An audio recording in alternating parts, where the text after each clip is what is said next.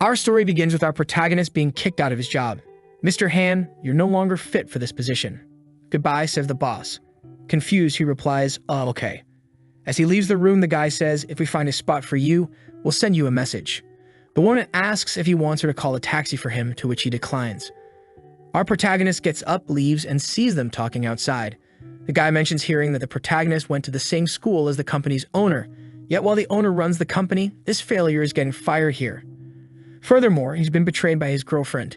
He adds, "I don't even know how Mr. Du had the guts to give this guy a position." The protagonist hangs his head.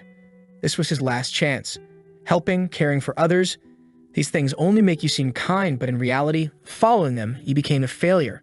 The scene cuts to him catching a subway.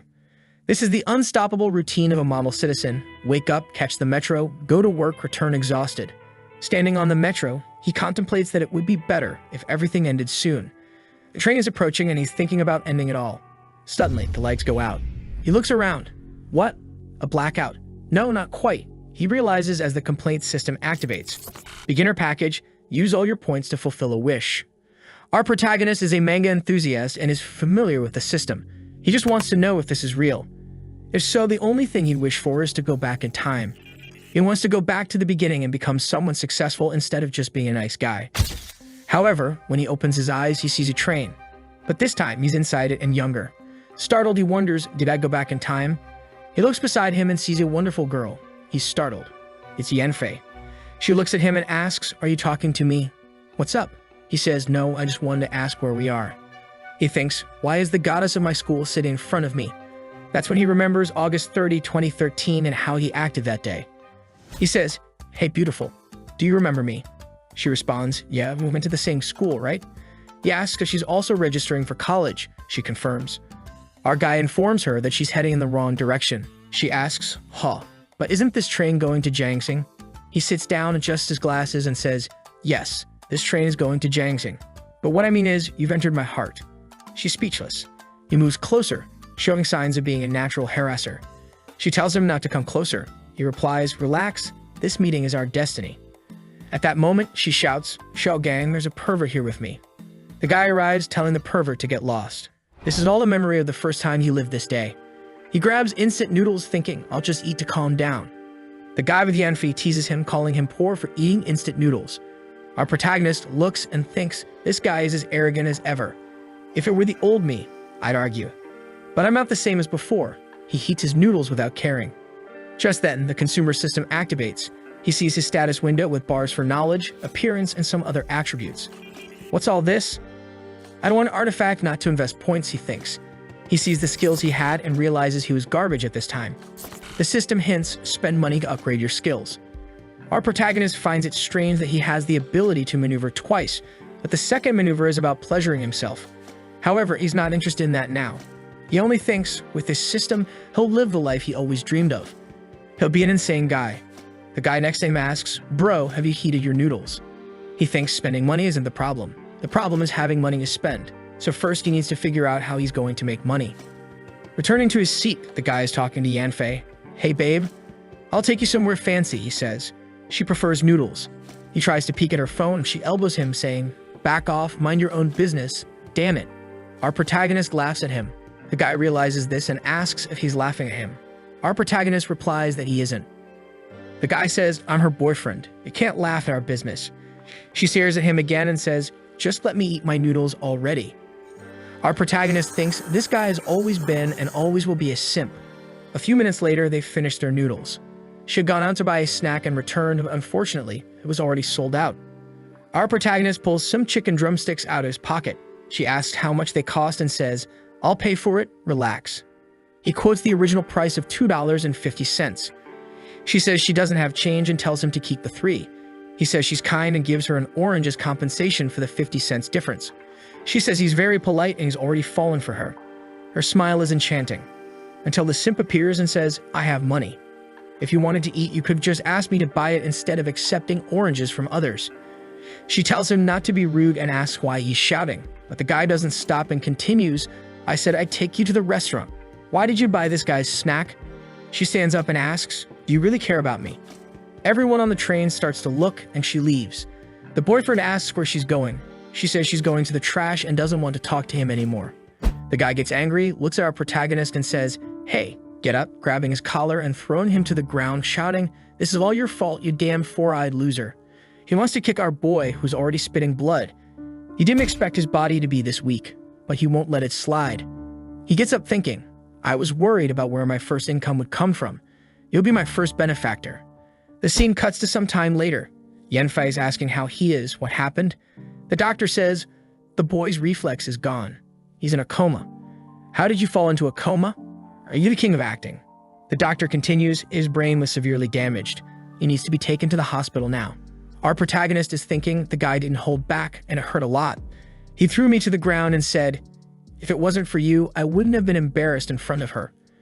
Our protagonist says that this guy only knew how to resolve everything with violence. The simp says, "What did you say? Repeat that." Our protagonist looks at him, calling him useless, and even thanks him for the conversation he had with his girlfriend.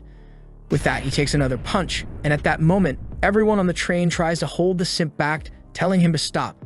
But the guy doesn't stop punching our boy. Just then, the waifu appears and asks what he's doing. Desperately, he says, "Sorry." When he looks at our protagonist, he's smiling, calling him trash. She pushes the fool aside and asks our boy if he's okay, who says he's feeling really bad and passes out. She shouts for doctors. The simp tries to explain the story to the policeman, saying our protagonist was pretending. But everyone on the train said it was a lie, just because this guy was talking to his girlfriend. He didn't like it and beat up the boy. Everyone is on our boy's side. But waifu is even sad and thinks, "It's my fault he got involved in this." She's sad for involving our protagonist. The simp is there, explaining himself, "Don't arrest me. He provoked me, man." The guard says, "Enough. Everyone here is given testimony. The facts won't be denied. Why didn't you think straight while hitting him, huh? Do you think you have a lot of money? This is all your responsibility." He runs to Yanfei and says, "Yanfei, please help me. Say something. You know I'm not like this." But she pushes his hand away. He then says he's going to call his dad. His father answers and asks, "Where are you? What happened?" He tells the whole story while crying. Back to when the protagonist was waking up and said, "My mouth hurts a lot." Yanfei's on top of him asking, "How do you feel? Where does it hurt?" The protagonist's nose is already bleeding, obviously. She asks, "Why is it bleeding? Did it hurt that much?" He says he's okay, just that she's too hot. "Nope, you didn't say that." Our protagonist gives her a slight stare and thinks she really is a goddess. Just look at her face. She says, "We're almost at the station. I'll take you to the hospital." Our boy says he's fine, but she informs him that he lost a tooth. He puts his hand on his face and thinks, "I'm glad I lost that tooth. I was afraid it was just scratches." He then says aloud, "I'll have to do some exams." It's clear he's planning to extort the cuckold. But waifu is standing thinking he's really a lunatic. How can he hit someone like that out of nowhere? What if something bad happened to him? As he was leaving the hospital, he hugs her and says, "Thank you, you truly are the school goddess. So beautiful, so kind." She even says, "I didn't even know you were from my school. Now I understand why you seem so familiar." The protagonist falls and says, "The goddess remembers me. I am honored." She awkwardly says, "Wow, even in this state you praise me." He tells her, "This makes me think I need to hit the gym more. Taking a beating alone is no problem, but what if this situation was to protect someone and I couldn't? I have to be tough." She agrees it's good he thinks that way, but says he needs to at least know how to defend himself. Our boy says that guy got what he deserved. Now he'll be detained for a day or two. Since his tooth fell out, this escalated the case to something criminal. That's life. Whoever walks by the river gets their feet wet. Our protagonist's life is pretty good in the hospital. The nurse informs him, "This is a private room just for you. The best medicines and treatments will be provided. You can rest assured." He thanks her but wonders, who could be spending so much money? Probably the simp's family. Our protagonist checks the system and sees he's already earned some points, 20,000 current assets. He understands that, even though he didn't pay for transportation or the hospital, it still counts as his expenses. That's the good life. Just then, someone enters. It's Yanfei again. She doesn't give the boy a second to recover. She comes all cute and returns his glasses. With just that, our protagonist is already imagining the wedding. He puts on his glasses to look at her. He thinks she's so thick with a good personality to match. She knows what's important. He was thinking he even has to thank the simp for this opportunity. She tells our protagonist that her father will arrive soon and asks, "Why don't you give me your number so we can keep in touch?" Our boy obviously gives it right away. Her family enters and she hugs her father all happily. Then another guy who arrives immediately says, "I'm sorry, young man. I'm Shougang's father. I didn't raise my son correctly. My wife and I came to apologize. Our protagonist feels awkward and says it's okay. He doesn't need anything. But the man comes running and tells him, "Don't move, kid. Stay still. You need to recover." The mother is embarrassed. "I spoiled him too much. Luckily, you didn't stoop to his level, but we'll compensate you." Our protagonist says, "It's partly my fault too. I know he kicked me, hit me, broke my tooth, made my nose bleed, stepped on me, but I cursed him, right?" The father recommends that he accepts the offer. It's a very high amount, and they can forget all this. Our protagonist takes a peek and asks how much. The father says, 800,000 yuan. Is that acceptable? Our protagonist is thinking, how many attribute points can I buy in the system of all this? The old man is confused, asking why he didn't react more. Does he want more? Our protagonist knows the situation he's in is good. The old man's afraid he'll report his son and ruin the guy's career. That's why he's doing everything to keep quiet, but he accepts saying that's a great amount. Now I understand why Yanfei always said she had a very cool uncle, but the nervous guy asks, "But what? If you solve this just with money, you'll prove you're a father not so concerned about your son's education. I think it's important that your son understand that this behavior wasn't correct, or he'll ruin his own life." The guy is still receiving money yet wanting to preach morals. The reluctant father says, "All right, kid, I'll educate him better." Our protagonist is playing with fire and continues threatening that he doesn't want the money, saying, "I really don't need it. I just want him to understand that this behavior will hurt him and his family." The guy starts crying, saying, "I understand. When he's released, I'll bring him here to apologize." The wife says it's okay, and they both leave. Everyone is already in the hallway leaving. Asim's father greets the blonde's father, apologizing for the trouble his son caused. The guy says, "Relax. At least you came quickly and talked to the kid." Everyone leaves. At this moment, the father sees that his daughter isn't very happy and asks what's wrong. She says that Gang was a complete idiot doing that. Outside, the father says at least she's okay. And that guy will now disappear from her life. She says thank goodness and says, if that guy had the maturity of the boy he hit, things wouldn't be like this. The father says, "You seem to have a good opinion of the boy. You met him yesterday, right?" She blushes and says, "No, he's from the same school as me. I just felt embarrassed because he got beaten up because of me, and he seemed like an easygoing guy." "What do you think of him, Dad?" The father is thinking he seems like a mature and responsible boy. And here comes the father with the speech. "My daughter, at your age, boys who are mature like that have suffered a lot. Someone like him prefers success over feelings. I'm sure he has a bright future. But I don't know if he's ready for relationships." The daughter says okay, but he adds, "Well, I just want to remind you that relationships are exhausting. Be careful." She graciously tells him not to worry because she's not interested in dating. Meanwhile, our protagonist is all happy looking at the system. 387,000 points in the bank account. Best of all, the guy spent on him and now he has money to spend again. It's a double win. He falls on the bed and thinks, what do I do? Then he touches his glasses and says, right, I'm nearsighted and I'm toothless. Can this be resolved here? Seeing the options on the system, he remembers being teased about it in his past life. So he wonders, system, can you help with this? There's a scene like in The Matrix. When he opens his eyes are restored. Healthy status. He gets up from the bed, goes to the mirror, and takes off his glasses. Tada! So is this really how I am? Now the boy feels unstoppable. Eyes are called the mirrors of the soul. As a great wise master says, attractive eyes have a clean and beautiful structure with a lovely coloration. Just with this change, my attractiveness went up by 3 points. This shows that one function can influence the others. He receives a message from his friend saying, I really appreciate your help. I'm at the Confucius temple, how about we grab something to eat? He tells her, I'm still toothless. Bring me a book to read. She apologizes for forgetting he's toothless and says she'll bring a book later. The two are very happy. The protagonist made another flirt, saying that if he were there, she wouldn't even have time to eat everything. This protagonist is unstoppable. Her father is even there, wondering why this girl is all smiles. The next day, she really brought a book for him, but it's a really difficult and boring book, and she asks if he didn't like it. He says, it's not that I didn't like it, but why did you bring me such a book? She says she's kidding and hands him a copy of Solo Leveling. He looks and says, I knew you'd understand me. She tells him to get better soon and winks, but suddenly she approaches, and our boy backs away. She says that him taking off the glasses really improved his appearance a lot. The guy was already a bit convinced, and now he'll be even more. And he says, do you think that's all? I'll still improve so much and become even more handsome. She tells him to calm down. Are you thinking the glasses sealed your beauty? He says exactly.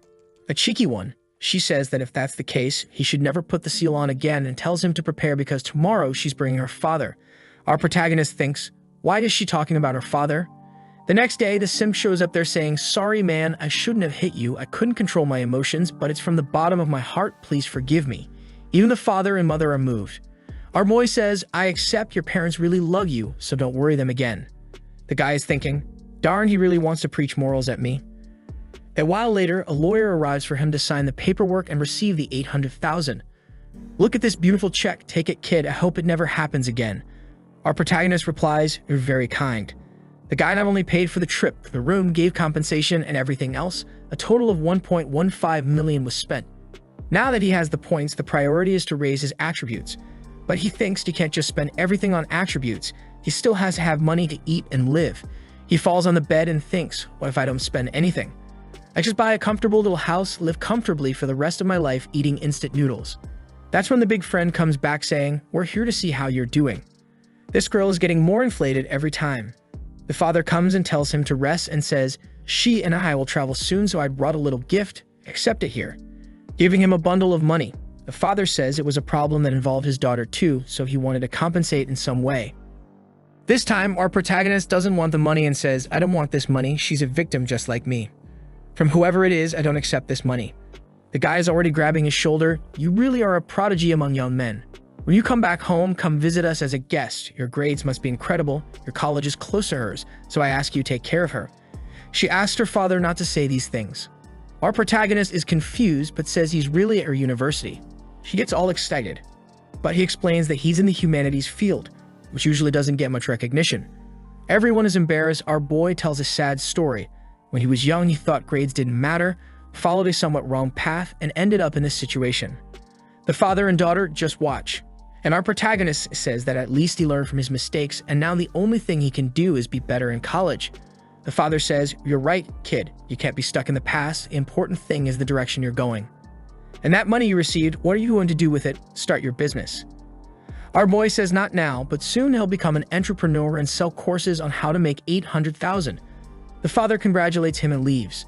But before he goes, the kid says to him, you're an amazing father. Even in 20 years, I'll remember. I want to be someone like you. The father thanks him and says goodbye, also saying he'll remember. And the friend also leaves happily. Now he's focused. He calls the nurse and says he wants to be discharged. It's time for him to start developing rapidly.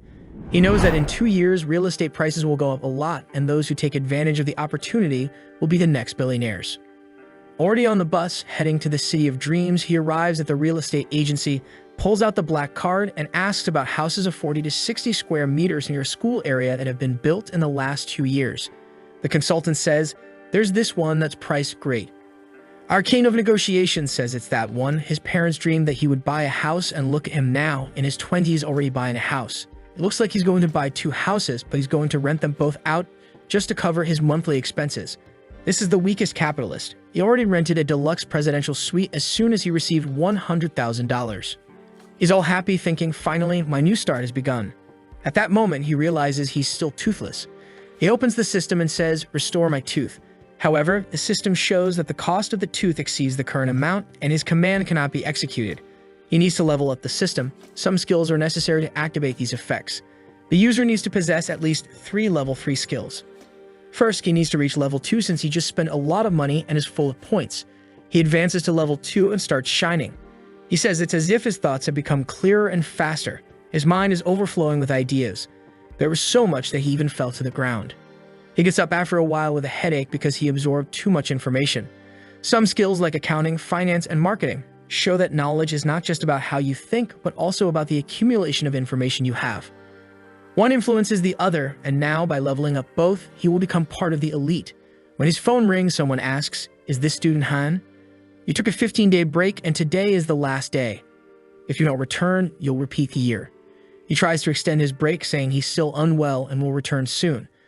Then he takes another look at the system and discovers that to upgrade an attribute from 70 to 79, it costs 200,000 points per level. And worse, to maximize it to level 5, it costs 10 million. For now, forget it. He has no chance of maximizing anything. He then sees that a new function has been unlocked by leveling up. Every time he spends money, there's a small chance he'll receive gifts related to his consumption. The items will be sent directly to his item bar. Sometime later, our protagonist had returned to college. The girls are all looking at him saying, "Wow, he's tall. Is he a new student?" Our hero is not feeling himself. He took advantage of the system, improved his nose, reduced something here, improved something there, and did a lot of facial adjustments. The e-girls are all crazy about him now. He goes to the principal's office to explain everything that happened. He explains that he was in the hospital for a few days, but he's fine now. He then hands over the hospital certificate. The principal asks if he was really in the hospital and if he brought the documents and money to pay for everything. Our hero says he brought everything while remembering that this guy wasn't a good person. At least he's kind of stupid, so dealing with him is simple. He thanks the teacher for his hard work and asks if he has any idea what the dormitory he'll be staying in is like. The teacher says it's a very lively place. Our protagonist hands over a medical request and says the doctor asked him to rest in a quiet place so he can't stay somewhere with too much commotion. The teacher takes it from him, looks at it, and says, "All right, I'll see if I can get a room for a maximum of 4 people for you, but the cost will be higher, kid." Our protagonist remembers that in his past life he stayed in the crazy dormitory 5, full of maniacs, and he doesn't want to go through that again. Especially now that he has the black card that makes life easy. The scene changes to our dear blonde receiving messages from our protagonist, letting her know he arrived at college. They talk for a bit, but nothing serious. He just stares at the system, thinking that his mother will be shocked by how much he's changed. The only problem is that he only has 40,000 left. It's time to at least buy something to eat. As he buys something to eat at the store and leaves, he sees a guy selling something on the ground, so he asks, "How much is this?" The guy says it's the Manual of Life, 66 Ways to Change Oneself, and it costs only 168 yuan. Our protagonist doesn't think it's worth that much and asks him to lower the price. The guy says he'll do it for 100. Let's say what he's really selling is what the OnlyFans girls sell for 99 cents, but in printed form. At that moment, the system activates. You purchase a set of life manuals. Activating the gift system, a book suddenly appears in front of him. An ordinary scripture, read it sincerely and you'll increase your intelligence a bit. Our boy is happy because it's expensive to upgrade the attributes, so anything free is perfect. The chubby guy asks if he's okay, but the scene changes to a little later and he's entering a classroom. Some girls are already looking at him sideways. The professor up front says, "The last student arrived, go ahead and introduce yourself." Our protagonist remembers that in his past life he lacked confidence, so he felt embarrassed and everyone laughed at him. However, now with all this transformation, he arrives saying, "My name is Han Lai and I am from the city of flame, intensity, and fervor. My hometown is the city of dreams.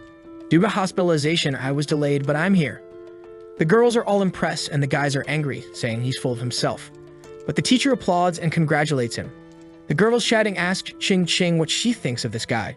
But our protagonist suddenly says, "If there are any single girls in this room, add me to your contacts because I'm easy to please and easy to play with.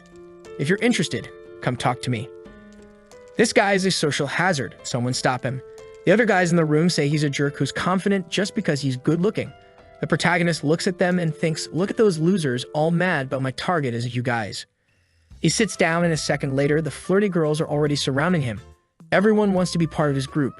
They're all fighting until one pushes through and taps the table, saying, "I'm the class monitor, Shi Lu Ting. First, I need to collect the class fees from you, and then I'll add you to the group." It seems like our protagonist's plan was all just to get this girl to talk to him. She's been considered the goddess of this place for 3 years straight. But as wonderful as she is, he was deceived to the point where he almost had to drop out of college.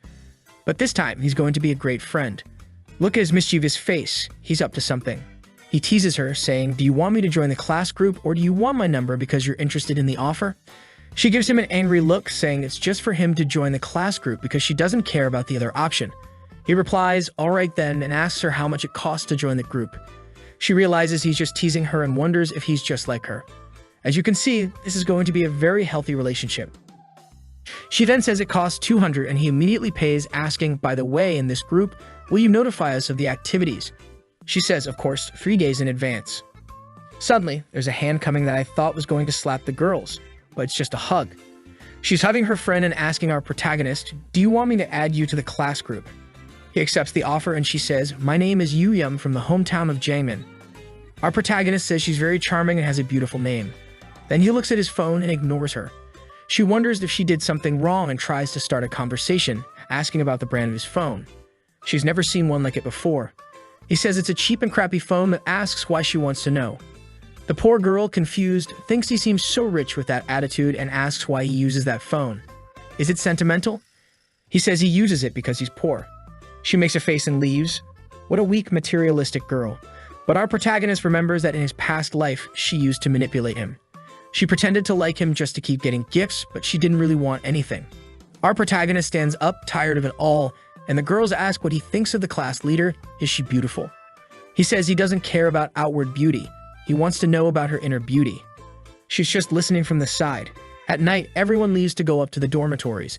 People ask if he's not going with them, but he says no because his dorm is downstairs and it'll be faster to go down. We then see his roommates. One of them looks over and realizes our protagonist has arrived. He kicks him and says, "Get out of here, loser. Why are you just standing there?" But our protagonist is on point now too, just stares at the guy and says, "Get off my bed and move that chair." But the guy asks what will happen if he doesn't. Our protagonist just ignores him and goes up anyway. He gets up there, opens his backpack, and takes out a hammer. The blonde guy was going to say something, but his friend stops him. He says, "Or did the guy grab a hammer up there? What kind of normal person carries a hammer?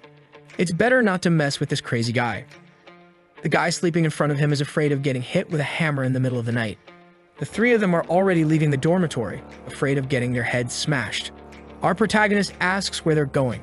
As they leave the room, they say they're going to see their girlfriends.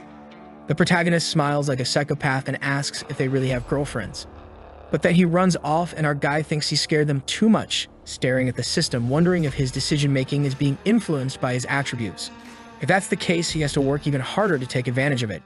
The next day, there's a green-haired girl talking about our protagonist, saying, "Have you heard about that new guy? He seems to be from a billionaire family."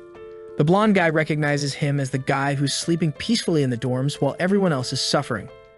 Then we see the psychopath drinking her juice, and when she looks, she sees our protagonist with his athletic body. He was passing by when the girls greeted him from afar. One of them came up to him and asked, "I heard you're living on the top floor. How did you manage to get a spot there?" Our protagonist apparently doesn't want to talk much to her and says it was luck. The blonde guy is walking around with some other guys talking bad about him, saying, "That jerk, how does he come into the room causing a ruckus?" One guy sees them and warns our guy it's best not to mess with those guys. But when the blonde guy sees our protagonist, she gets scared and drops her cigarette. Now it's our protagonist and the milkmaids against the group of guys. Everyone is curious about why they're staring at each other, but our protagonist is calm while the poor guy is trembling. The guy with glasses greets him, while the blonde guy is already leaving. But our hero asks if they're coming back tonight. The blonde guy replies that unfortunately, he has to be with his girlfriend again. The girls are confused because they know each other. But the crazy girl realizes that our protagonist is treating the guys like dogs. He gets into the elevator and asks if they're not coming in while he looks and about 10 girls have arrived. And obviously the naughtiest one is in front of him. She wants to play his game, she charms him, and it works even on the reincarnated fool. As they exit the elevator, the scared guy comes up acting like a buddy, putting his hand on the protagonist's shoulder and saying to him, "You're afraid of yourself." Our protagonist removes his hand and says, "I don't know you, so don't touch me." The guy is surprised by this reaction, apologizes, and runs away. "Didn't you say you wanted to be friends with everyone in your speech?" But he enters the room saying he doesn't remember saying that. As he enters, the milkmaid invites them to sit together. The manipulator sits too. As our protagonist passes by, she stares at him and says, "You're right. Quality is better than quantity when it comes to friends." She asks if he wants to make friends. But he responds curtly that friends don't make a difference. Her friend laughs in her face, but after laughing, she stands up and asks for his phone number. Our guy says he'll give it to her, but he doesn't respond much. The psychopath asks, "So is that why you didn't answer my messages? You don't even pay attention to the class representative." Our protagonist makes an excuse, saying he was too busy and will respond later. She gets a little mad, thinking, what's so special about him? He's shameless. He may be handsome, but he's so arrogant. Better keep my distance from him. When she looks away, he's there, focused, making notes. Our protagonist realizes he has a problem. Even though he has a lot of knowledge now, it's hard to remember to use all of it. So his idea was to make these notes like a desperate person to organize his thoughts. The girls stared, thinking he's crazy, and then asked why he's studying so much when they haven't even gotten to that part yet. Our hero asks her if he can't study alone by any chance. She says he can, but wonders, if you were so smart, wouldn't you be in a humanities class? The protagonist says he was just demotivated before, but now he's ready to revolutionize his life. The two girls are impressed, and her friend points out, saying she knew he was some kind of genius, really different from the other guys. But our guy looks suspiciously at her because he knows her very well. In the past life, she used to play with a bunch of guys too, just looking for a rich one. And as soon as she found one, she got married, so he knows why she's doing this. So he asked the president, "Do you think I'm studying so eagerly?" She tries to guess his story, saying he was a troublemaker, but then in the last year, he lost his girlfriend to a rich guy, then he got beaten up, and then he decided to study so it wouldn't happen again. And that's why he avoids all the girls. Huh? Did I get it all right? She asks. Our protagonist laughs. Are you crazy or do you like writing fanfic? She's a bit embarrassed but doesn't respond. Our hero finds it strange that she became so shy. A little later, still timid, she says goodbye, saying she has some things to do. Our guy starts to think that maybe she really writes fanfic, and now he's curious because he doesn't remember that from his past life. But he thinks that even though she deceived him miserably, she was kind. Plus, she was a hardworking and disciplined girl in her own things. He thought she would do well after graduation, but apparently, she got a bad marriage. Still thinking about her being a writer, he remembers something. Once when he was in the computer room, he saw her receiving a message on the PC, someone asking for an update on a novel. And he begins to wonder, does she have two separate personalities? One for writing novels and one here for the university. The scoundrel says he now wants to reveal what she has beneath the disguise. In the next scene, we see her wanting to study, but she's just biting her pen thinking, my God, why can't I forget him? Look at how she looks at our protagonist. She's just worried that he might have noticed something when she hesitated to answer. Sometime later, the milkmaid asks him to wait for them to go to the cafeteria together. But he responds that he has other things to do and she goes off crying to her friend. At night, our boy won't have class tomorrow, so he'll want to buy a new computer and a new cell phone. The only problem is that now he really needs money. When he enters the room, the blonde guy stares at him and gets scared. Our guy throws his backpack on the bed and everyone thinks he's going to grab the hammer. But let's fast forward to the next day. He buys an iPhone, swipes his card to buy a laptop, and then goes and buys a SIM card. The purchase of the SIM card activated the effect of receiving a gift when spending. What he received was a Super SIM card. Automatic and instantaneous registration that cannot be monitored and cannot be tapped. Just by putting in someone's information, you already get their number, it can't be intercepted, and you can call any number without needing credit. Our boy already knows that if he uses this the right way, it will help a lot with his plans. In the room of the round girls, the milkmaid asks the president what she thinks of the protagonist already. In college, there are several rich guys, but his personality is quite unique. The president said she doesn't care about him since he's nothing special. Right at that moment, a message arrives. It's from our protagonist who already used the NASA card to get her number and sent the message, "Hello, monitor, it's Han Lee, but don't give my number to anyone." But then her friend says, "Did you add Han Lee to the college group?" She feels a little sad thinking that today he said not to give it to anyone, but he entered the messaging group. Changing scenes, our protagonist wants to find that forum where she posts her novels, but even after searching for a while, he can't find anything.